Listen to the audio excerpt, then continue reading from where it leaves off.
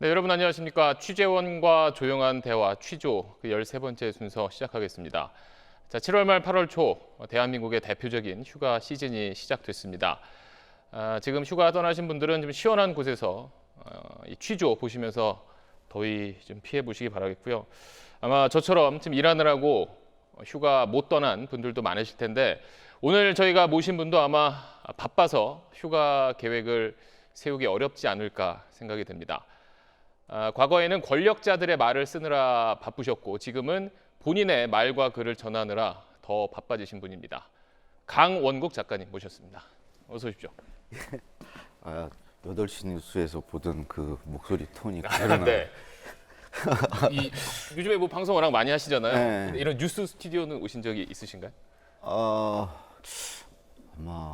없는 것 같은데요. 그러세요? 그러니까 8시 뉴스, 9시 뉴스에는 못 나가본 것 같은데. 저희가 약간 이제 취조실 컨셉을 꾸며봤는데 혹시 과거에 뭐 이런 데 가보신 적은 없으시죠?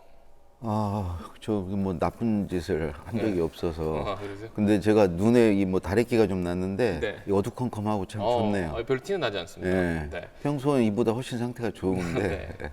오늘도 굉장히 좋습니다. 그래요? 네. 뭐 요즘에 워낙 뭐 강연 또 뭐 이렇게 방송도 많이 하셔서 이제 얼굴 아는 분도 많으실 텐데 그래도 간단하게 자기소개 좀 부탁을 드리겠습니다. 예. 저는 기업에서 이제 회장들 글을 쓰다가 2000년에 김대중 대통령 경제연설 쓰는 행정관으로 들어가서 네. 나중에 노무현 대통령 연설비서관 마지막까지 하고 이렇게 나왔고 지금은 이제 글쓰기에 대해서 강연하고 또 글쓰기에 대해서 글을 쓰는 일을 하고 있습니다. 예전에는 대통령의 연설문을 담당하셨었고 그 이후에는 베스트셀러 작가, 뭐 대통령의 글쓰기, 회장님의 글쓰기, 이제 강원국의 글쓰기라서 정말 지금도 아마 책이 팔리고 있을 훌륭한 베스트셀러. 지금 이 시간에도 팔리고 있죠. 네, 굉장히 든든하실 것 같습니다. 더군다나 요즘 강연을 워낙 많이 하셔서 저희가 지금 스케줄을 좀 봤는데요. 제가 준비를 했는데요. 뭐 올해 저희가 지금 보면 뭐 부산, 뭐 경주, 뭐 김천. 제가 이걸 어디서 또 이렇게 네, 진짜 제가 이거 치밀하게 지금 거의 조사했습니다. 네. 이 취조 분위기인데. 네, 놀라실 겁니다. 네. 아니 정말 이게 다 작가들이 있습니다. 작가들이 네. 엄청 너무 많이 보시면 고생했겠는데. 안 돼요. 네. 강연 일정이 워낙 빡빡해서 저희가 섭외하기 힘들었는데 오늘도 지금 강연 다녀오신 건가요? 예, 오전에 저 계룡대에서 공군본부 가서 그 공군 지휘관분들 대상으로 리더의 말과 글이란 주제로 강의하고 왔습니다. 섭외가 계속 들어오나요? 하루에 평균 최소한 2-3개는 들어요. 빈틈이 많지 않으실 것 같은데 강연하지 않으실 때는 그러면 좀 어떤 걸로 좀 여가 생활을 보내세요? 강연 안 할 때는 뭐 역시 이제 강연 준비를 하거나 이제 글을 쓰거나 제가 연재하는 글도 있고 다음 책 준비도 하고 하는데 뭐 술 먹는 것과 글 쓰는 거? 술 먹는 거요? 아니 뭐 그 정도인 것 같아요. 제가 술 말씀을 하실 것 같아서 저희가 또 준비한 게 있습니다. 그건 또 뭐예요? 과거에요. 제가 사진을 올린 게 있는데 아니 정말 누가 이런 식으로 이거 이 취조가 간단한 게 아닙니다. 술 취해 자는 아빠 모습이 웃기고 놀라서 아드님이 찍으신 거네요. 이게 언제죠? 2013년이면 이거 이제 이거는 그 청와대 어딘가요? 나와서 집입니다. 댁에서요? 저 응접실 소파인데 새벽에 들어와서 이렇게 주무신 건가요? 저도 모르죠. 예, 이거 보고 알았으니까 네. 이거 SNS에 올렸던 건데 하여튼 이 등만 봐도 굉장히 이때 좀 힘들 때예요. 수치가 많은 이때는 게 강의가 없을 때고 네, 청와대에서 나와가지고 쉬고 계실 때. 뭐 내가 쉬고 싶어서 쉰 건 아니었고 네. 그때는 안 불러줄 때니까. 예. 굉장히 그럼 집에서도 이렇게 별로 분위기가 좋지 않았을 텐데 이렇게 술을 많이 드셨네요. 아유, 손도 다치셨었네요. 친구랑 술 먹고 헤어지다가 예, 뭐 계속 이때는 계속 일이 사건이 많았어요. 술 먹고 오늘 아침에 혼내길래 회사 나왔더니 신발도 짝다기를 신고 나오셨네요. 이거 뭐 진짜 이걸 다치셨네요, 또. 어디서 그래서 또 이제 글쓰기가 또 그래도 땅바닥이 올라와서 얼굴을 때렸다. 이거 SNS 그 댓글 쓰다가 자빠졌을 때 사진. 집에 가서 이렇게 집에 가시면서 예. 그러니까 한잔 하시고. 예. 야, 그거 진짜 땅이 이렇게 올라와서 친다는 말이 네. 정말 제가 딱 겪어보니까 맞아요. 이날 그래서 응급실에 갔거든요. 갈비에 금이 가서. 네. 새벽 3시에 도저히 통증 때문에 잠을 못 자가지고 갔는데 여기 그 갈비에 금가 보시면 알겠지만 통증이 엄청 심해요. 근데 제가 그때 SNS에 엄청 빠져 있을 때거든요. 네. 그리고 이 통증을 이기면서 내가 사진을 찍고 있더라고요. 아. 이거 대박이다 이거. 어. 이 얼굴 이거 깨진 그러니까요. 사진 SNS 올리면 이거 좋아요 이거 1000개짜리다. 아, 네. 이 통증을 제가 이기면서 사진 찍은 게 이 사진이에요. 실제로 대박이 났어요. 아, 대박이 났습니까? 네, 아. 그렇죠. 근데 요즘에 이제 바쁘셔가지고 이제 좀 약주하실 기회가 많지 않으실 것 같네요. 휴가도 좀 못 가시는 거죠, 그러면? 네, 휴가 없습니다. 그래도 뭐 따박따박 인세가 들어오시니까. 그러니까요 매일 강의가 있잖아요. 네, 매일 강의가 있으면 매일 강의료가 들어오는 거 아니에요. 들어오죠. 그러니까 매일 통장을 기장하면 네. 매일 통장에 새로운 내용이 네. 찍히는 거 아니에요. 네. 매일. 네, 그렇다고 보시면 돼요. 아, 네. 그 휴가를 갈 수가 없죠. 갈 필요가 없죠. 네. 네. 그냥 매일 따박따박 그 통장이 들어오는데. 그리고 이제 가면 강의장 시원하고 뭐 네. 굳이 휴가 갈 필요. 그리고 전국을 다니시잖아요. 막 가면 김천도 가시고, 그건 뭐 저한테 여행이죠. 계룡대도 좋잖아요, 거기 경치. 그럼 참모 총장이 딱 네. 나와서 서 계시고 같이 사진 찍고 네. 제 강의를 들으시고 네. 별 4개 딱 다신 분이. 바쁜 거를 대단히 감사합니다. 저희가 역대 모신 게스트분 중에 5분 안에 말씀을 가장 많이 하신 분인 것 같아요.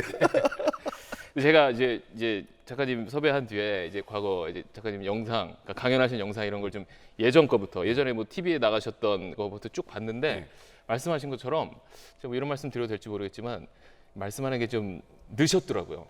계속 늘어요. 어. 처음보다 계속 늘. 지금 굉장히 유리하시더라고요. 제가 봐도 네. 이 성장 이 기울기가 되게 가파라요. 그래서 내가 이렇게 보면은 그 유시민 이사장님하고도 이렇게 대화를 해보면 이미 그 반열이 된 것 같다는 생각. 유시민과 같은 급이다. 현재가 이미 그렇고 조만간 확 앞지르지 않을까. 지르지 않을까. 알겠습니다.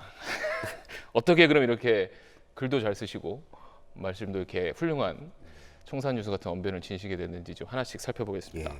글 쓰는 건 어릴 때부터 좋아하셨나요? 그런 거 좋아 안 했고요. 근데 이제 그 글을 초등학교 3학년 때 어머니 날 글짓기 대회 때 이제 제 글을 교장 선생님이 네. 그 전교생 앞에 그 당시 운동장 조회를 네. 했는데 읽어주셨어요. 읽다가 그 교장 선생님 우셨어요. 뭐 어떤 내용인데? 그때 이제 그 전에 얼마 전에 이제 어머님이 돌아가셨었거든요. 어릴 때 돌아가셨군요. 그래서 첫 문장이 이제 지금도 기억나는데 엄마가 돌아가셨다 이걸로 시작했어요. 그 나중에 뭐 그 까뮤의 이방인 이런 거 보니까 엄마가 죽었다는 부고를 받았다. 뭐 신경숙 씨 엄마를 부탁해도 보니까 엄마를 잃어버린 지 6개월째다. 제가 거의 그 수준이었더라고요. 초등학교 2학년 때. 까미보다 늦었지만 신경숙 첫 작가님보다 문장이 많이 쓰셨네요. 예, 그 두 분 첫 문장을 이미 구사를 했더라고요. 고등학교는 1년을 더 다니셨습니다. 특별한 이유가 있으셨습니까? 그때 제가 고3 때가 이제 1980년이었어요. 광주 민주화 운동이 있었고 저는 이제 그 가까운데 전주에서 고등학교 시절을 보내 고3 때였고 그때 뭐 하여튼 어쩌다가 이게 징계를 받게 됐고 우리 시위를 했거든요. 학생으로서 이제 민주화 운동에. 예, 광주 진압되기 전날. 아마 광주 전남 지역 제외한 전국에서 고등학생이 우리 같이 들고 일어난 학교는 유일할 거예요. 그렇게 이제 1년을 더 다니는 좀 우여곡절이 있었지만 이제 서울대 외교학과에 진학을 하시고 근데 이렇게 외교학과를 나오셨는데 아마 뭐 같이 공부하셨던 분들은 뭐 외무고시를 준비하거나 아니면 또 뭐 외교 공무원의 길을 걸으셨을 수도 있을 텐데 김우중 회장의 연설문을 쓰시는 일을 하게 됩니다. 대우에 가신 건가요? 대우 증권에서 7년 정도 있다가 이제 김우중 회장이 정경련 회장 네. 되셨을 때 그 즈음에 이제 회장 비서실로 가서 그 연설문도 쓰고 이제 그걸 했죠. 예, 거기 있다가 이제 김대중 대통령 그 경제 연설 쓰는 행정관 자리가 공석이 됐나 봐요. 그래서 이제 김우중 회장, 그러니까 정경련 회장 연설 쓴 사람을 찾은 거죠. 저를 뭐 찾았다기보다. 어떻게 보면 이제 스카우트를 당시 청와대에서 이제 당시 그렇죠. 대우증권 직원을 스카우트를 한 건데 그렇죠. 그게 이제 김대중 정부 이제 출범도 아니고 이제 중간에 가신 거잖아요. 2000년에. 2000년에. 네. 근데 김대중 정부 이제 중간에 정권 중간에 들어갔는데 사실 정권이 바뀌면은 이제 기존에 일했던 사람은 특히 이제 정무직 공무원들은 이제 바꾸는 경우가 많은데 노무현 정부에서도 5년 동안 계속 더군다나 승진을 했습니다. 그 전에 이제 행정관이었다가 이제 비서관으로 승진을 하신 거잖아요. 어떻게 계속 일을 하실 수가 있었습니까? 뭐 역량이 있었겠죠. 그럴 줄 알았어요. 네. 근데 사실 이제 파견 나갔어요. 노무현 대통령 그 파견이요? 당선자, 그 당시엔 당선자라고 그랬는데 당선자 인수위원회 있죠, 미리. 네, 당선자 그 연설을 쓰는 비서로 파견 나가서 2달간 당선자 연설 썼는데 거들떠보도 않으셨어요. 어쨌든 뭐 별로 이게 그 자리를 그 하겠다는 사람이 없었어요. 그 기존에 후보 시절에 같이 하셨던 분이 있을 거 아니에요? 그럼 그분들이 이제 안 하시겠다는 그 알거든요. 노무현 대통령이 얼마나 이 글에 대한 안목이 높으시고 기대 수준이 높은지를 그거는 모셔보고는 알아요. 그렇습니까? 그분들이 그때 저한테 그런 얘기를 안 했어요. 그리고 싹 빠졌어. 사실 대통령, 그러니까 최고 권력자의 말 한마디가 갖는 이제 무게감이 다르잖아요. 그 메시지 하나가 바로 그 다음날 뭐 모든 언론 헤드라인이 될 수 있고 이 나라의 정책 강양 또 외교 문제를 해결하는 하나의 중요한 말 그 자체가 사실 권력이다 보니까 그만큼 또 힘든 일을 하신 거잖아요. 그 대통령은 그냥 말로 국정을 운영하는 거죠. 옛날에는 다른 수단들도 있었지만 이제는 다 대통령이 이제 그런 수단은 다 내려놨잖아요. 뭐 돈도 내려놨고 뭐 권력기관을 그렇죠. 움직이지도 않고 온전히 본인의 그 말로 하는 거잖아요. 그 뭐 아침에 뭐 수석 보좌관 회의니 뭐 국무회의니 이런 자리에서 네. 또 연설을 통해서 이게 말하는 거죠. 그 말을 그 준비하는 일이니까.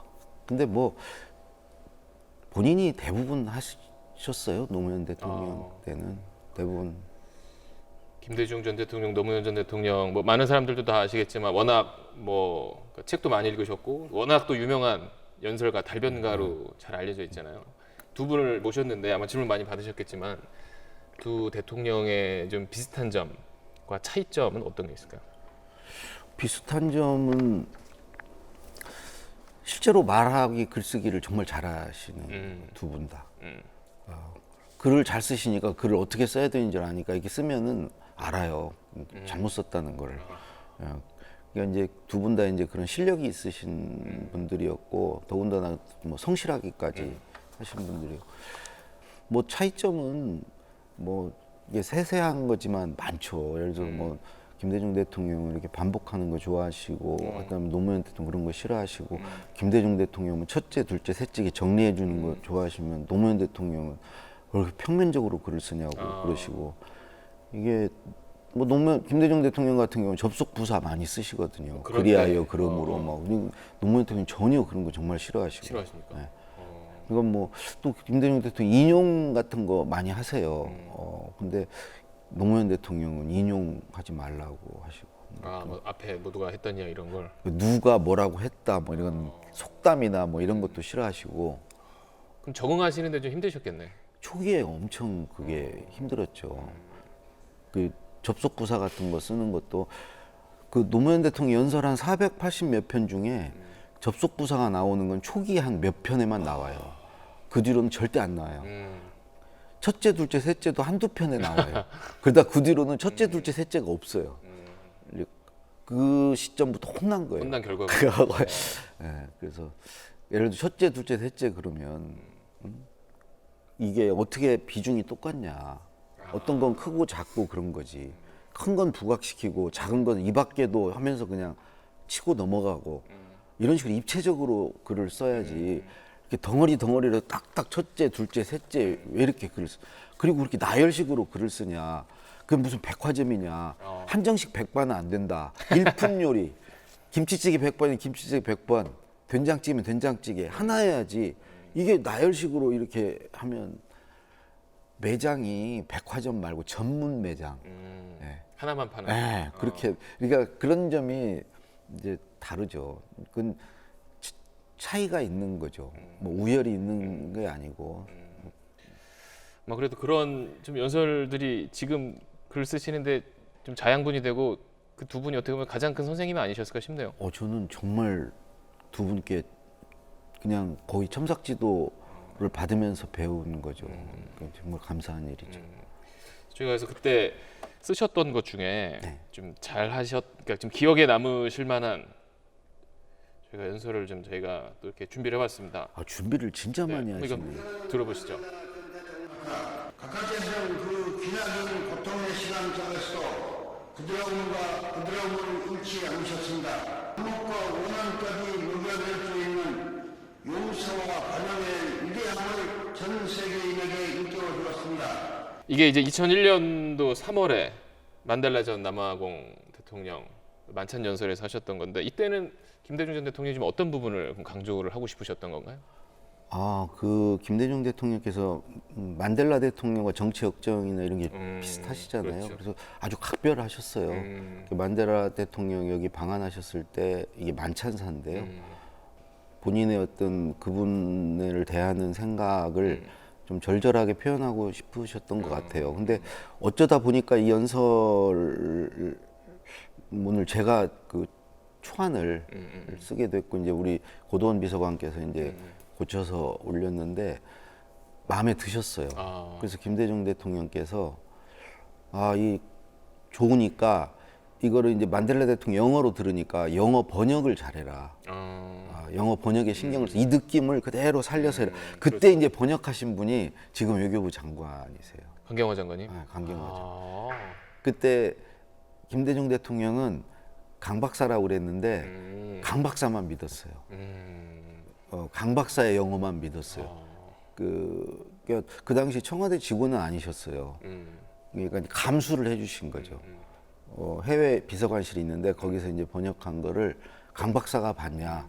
그래서 강 박사가 마지막에를 봤다 그러면 김대중 대통령이 좀 안심하고 그때 그러셨어요. 정확한 이제 본인이 하고자 하는 의지가 뉘앙스가 전달될 수 있도록 정확한 이제 번역이 됐는지를 이제 강 장관이 당시에 보셨군요. 그 김대중 대통령은 이게 가능하니까요, 영어가. 그 영어도 하시잖아요. 그리고 우리말을 잘 번역했는지를 본인이 또 아시는 분이셨으니까.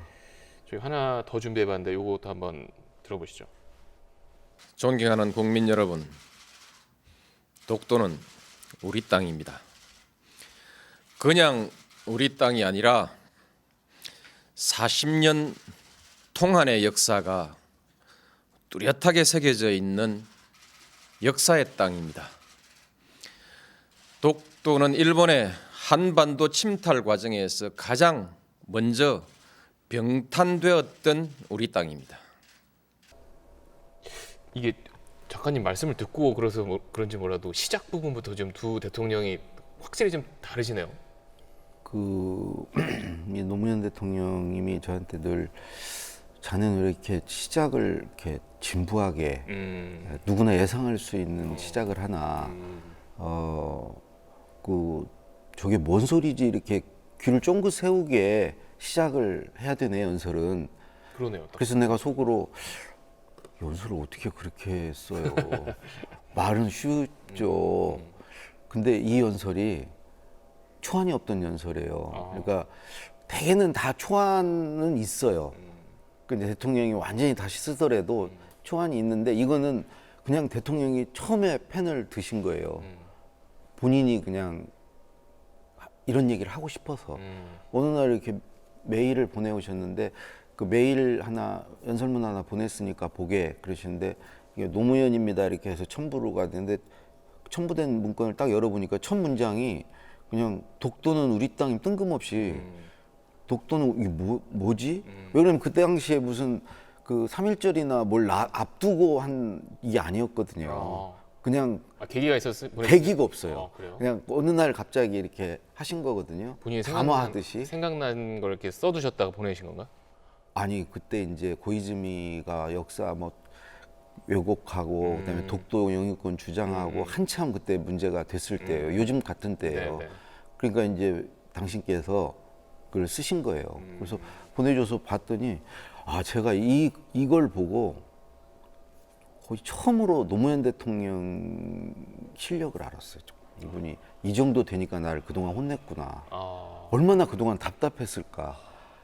이게 이 정도 쓰실 수 있는 분인데 이게 뭐 맨날 이상한 거 써가지고 자꾸 이렇게 하니까 얼마나 답답했을까 하는 느낌을 받았던 연설인데 그 대통령께서 그래도 보라고 그러셨으니까 내가 뭐라도 이렇게 좀 손을 대야 될 거 아니에요. 잘 봤습니다. 그러고 드릴 수는 그렇죠, 없잖아요. 뭐라도. 네. 그래서 맨 끝에다가 역사는 우리 편일 것입니다. 하나를 넣었어요. 제가. 네. 근데 대통령은 다시 올려드렸는데 아무 말씀이 없으셔서 그러니까 받아들여 주셨나? 잘 안 받아주시거든요. 근데 그래서 낭독본에 그걸 넣어서 이제 제가 넣은 문장까지 넣어서 올려드렸죠. 연설을 실제 이제 하시는데 쭉 하시다가 맨 마지막에 이렇게 움찔하시더니 역사는 우리 편일 것입니다. 빼버리고 그냥 고맙습니다. 그리고 감사합니다 하고 끝내버리시더라고요. 결국은 그 한 문장조차도 안 받아주셨어요. 온전히 본인 쓰신 거예요? 쓰신 걸로 100% 이렇게 하셨는데 지금 들어봐도 진짜 명문이에요. 어려운 것도 없고 그렇다고 해서 가볍지도 않고 굉장히 이제 단문으로 짧게 네. 쓰면서도 군더더기가 하나도 그러니까. 없고 문장이 좀 힘이 느껴지는. 네. 근데 좀 저렇게 사실 일 잘하는 상사 아래에서 일하면 피곤하듯이 저기 글 잘 쓰는 대통령 아래에서 연설 비상한다는 게 참 스트레스를 많으셨을 것 같습니다. 더군다나 작가님, 그러니까 당시 비서관 본인의 생각이 아닌 대통령의 생각을 옮겨야 되는 거잖아요. 그러니까 대단한 거죠 제가. 근데 더 힘든 건요. 네. 아예 생각이 없는 분 모시는 거. 그건 이제 둘 중에 하나죠.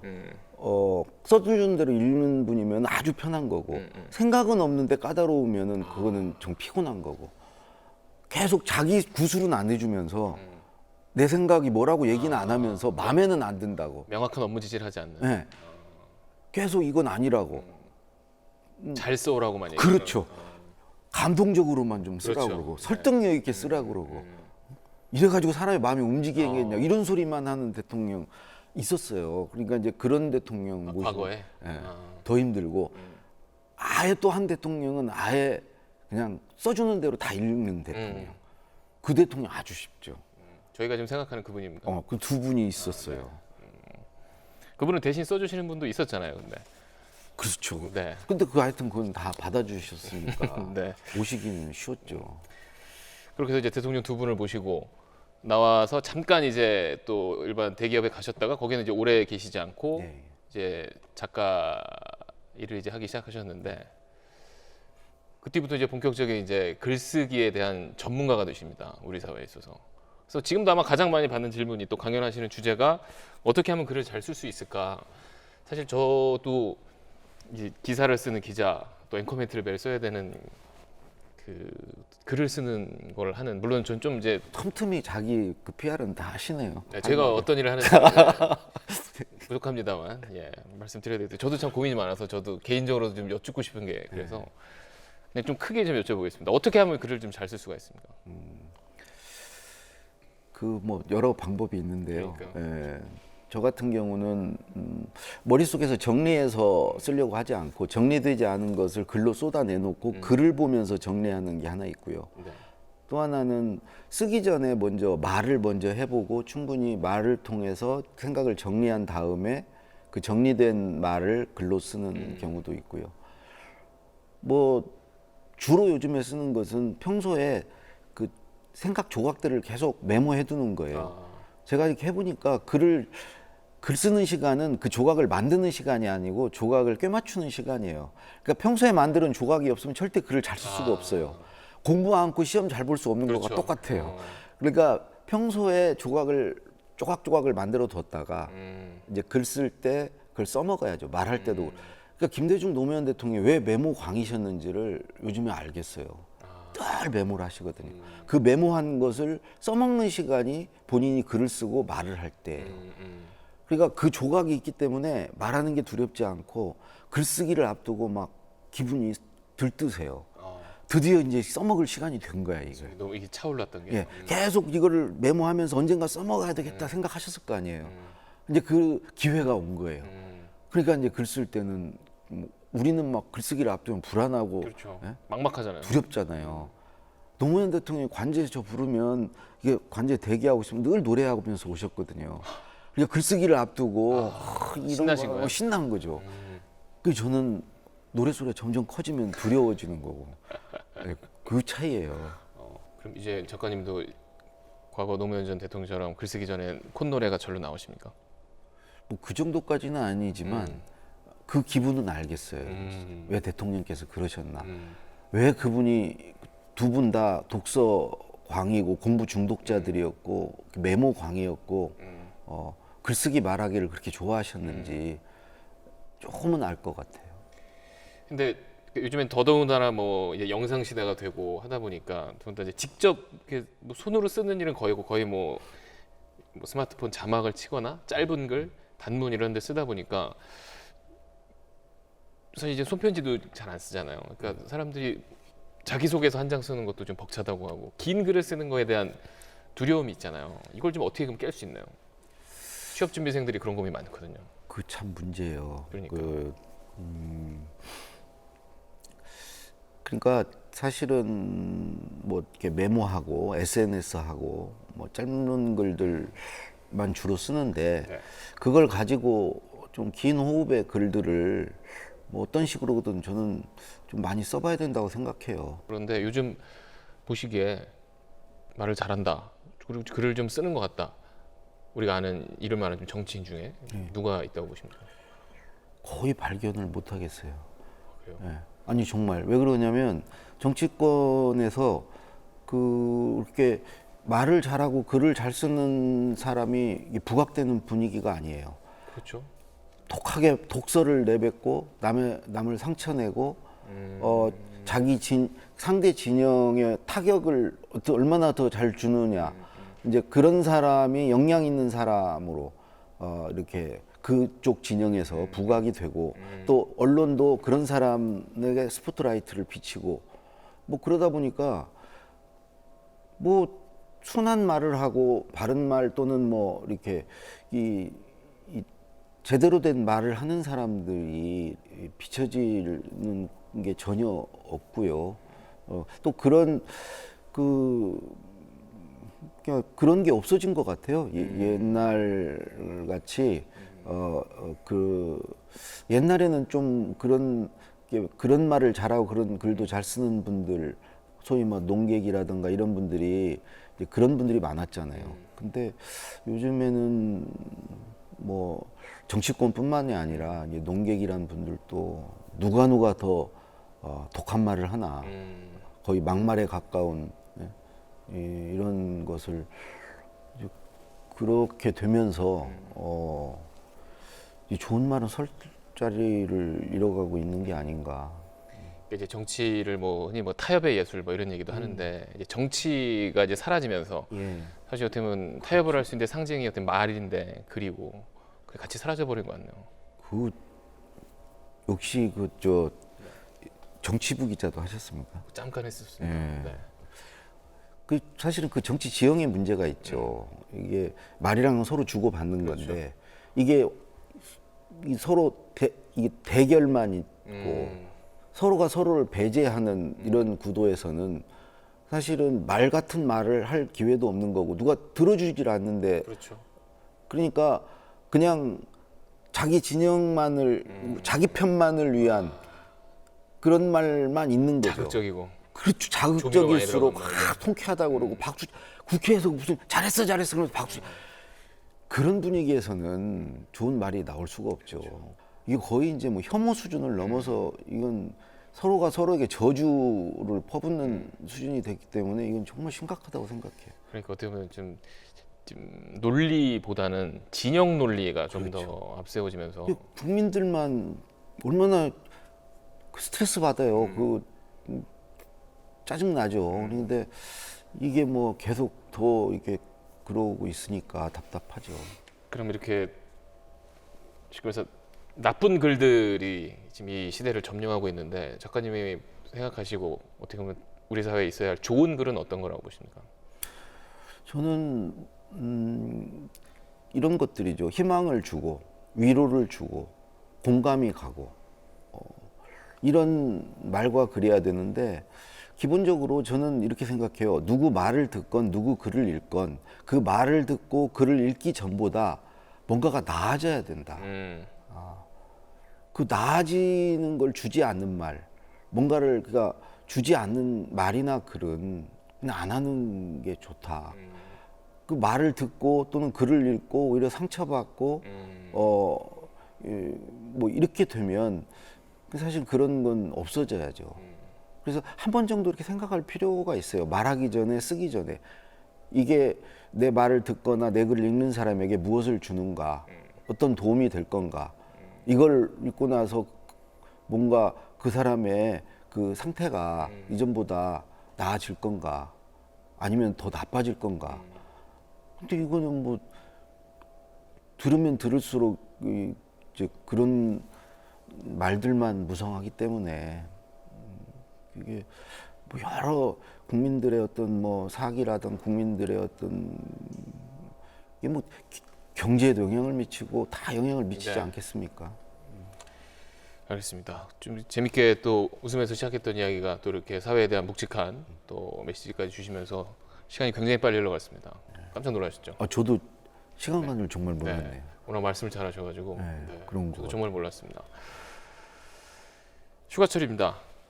혹시 좀 이 보신 분들한테 좀 추천해 주실 만한, 워낙 책을 많이 읽으셨을 테니까 좀 추천해 주실 만한 책이 좀 있어요? 아무래도 이제 뭐 대통령의 글쓰기, 강원국의 글쓰기, 회장님의 글쓰기? 뭐 회장님의 글쓰기 추천 안 합니다. 별로입니까? 예. 근데 그건 제 책이고요. 네. 예. 그것보다는 요즘에 그 기획문들이 아주 특히 휴가철 여름에 그 유시민 이사장도 뭐 최근 신작이 있어요. 그런 걸 홍보하면 안 되잖아요. 말씀하셔도 됩니다. 그 유럽 도시 계획인가 그것도 있고 그 김영하 씨 여행이. 예, 그것도 하셨어요. 그런 거 괜찮은 것 같습니다. 지금은 이제 글을 많이 쓰고 계신데 이제 주로 이제 본인의 자전적인 뭐 이런 이야기 많이 쓰셨는데 혹시 다른 분야도 글을 좀 쓰고 싶은 생각이 있어요? 이제 문학을 문학. 할 수 있으면 예, 어떤 하고 쪽에 시, 싶고. 소설? 제가 재능이 어느 쪽에 있는지 모르겠어요. 그게 다 있을 수도 있고. 근데 지금은 일단 소설, 소설. 예, 소재도 있고. 글감을 모으신 게 있습니까? 그 제가 경험한 게 와이프가 모르는 게 이제 와이프 만나기 전에 그게 있거든요. 연애 소설입니까? 그 이제 쓰면 와이프가 이건 정말 소설 같아 그럴 거. 그럼 소설이라고 우겨야죠. 이거 내용이 나가도 괜찮겠습니까? 상관없습니다. 그러면 글쓰기에 많은 사람들한테 지금 어떤 글쓰기 지금 기쁨 많은 사람들이 모르고 있잖아요. 글쓰기의 기쁨이 뭔지 좀 많은 분들한테 한번 알려주시죠. 기쁨이 일단은 표현의 기쁨이 있고요. 나를 표현하는 또 몰입의 기쁨이 있습니다. 글쓰기에 빠졌을 때 그냥 거의 무아지경이 되는 그리고 또 그렇게 해서 글이 만들어지면 관계의 기쁨이 있어요. 내가 누군가가 내 글을 읽어주고 그로써 관계가 맺어지는 무엇보다도 성장의 기쁨이 있습니다. 쓰는 만큼 성장합니다. 쓰는 만큼 내가 달라지고 뭘 쓰든 오늘 글을 썼으면 어제보다 나아진 거예요. 예. 그래서 그 성장하는 기쁨이 제일 큰 것 같아요. 그걸 느끼는 것은 이전에 쓴 글을 보면 다 허접해요. 그렇죠. 그 사이에 난 그만큼 성장한 거예요. 저도 예전 제 이렇게 오디오를 보면 못 듣겠습니다. 그럴 그 때가 성장하신 거예요. 그렇죠. 네. 예전에는 얼마나 못 듣습니다. 네. 본인이 성장. 지금도 이 정도인데 그럼 예전에는 네. 듣지 이제 방송 나가기 어려울 정도의 그 오디오가 정도. 있었습니다. 본인도 성장하고 또 나의 글로서 그걸 읽는 사람도 함께 성장하는 그런 기쁨을 누릴 수가 있다는 거죠. 글을 쓰면. 그렇죠. 정리를 정말 잘하시네요. 아니, 워낙 말씀을 깔끔하게 해주셔서 감독이 없이 예. 네. 칭찬하다 보니 시간이 훌쩍 갔습니다. 끝으로 강원국 작가님의 마지막 꿈을 한번 여쭤보고 싶습니다. 마지막 꿈은 최종 인생 목표 꿈. 글쓰기 하면 강원국이 떠오르는 거. 그건 지금 다 이루신 거 아닙니까? 유시민 이사장이 자꾸 떠올라요 사람들 머릿속에. 그걸 지워야 돼요. 그냥 단독으로 강원국이 떠올라야죠. 대한민국에서 글쓰기는 강원국이 제일 잘한다. 네. 잘을 쓰는 게 아니고 그냥 글쓰기 하면 연상이 되는 사람. 그 꿈 꼭 이루시길 바라겠습니다. 고맙습니다. 네. 앞으로도 좋은 책 많이 쓰시고요. 예. 또 우리 사회에 좀 더 좋은 글이 더 많이 넘쳐날 수 있도록 도와주시기 바라겠습니다. 예. 오늘 말씀 감사합니다. 예, 즐거웠습니다. 아유.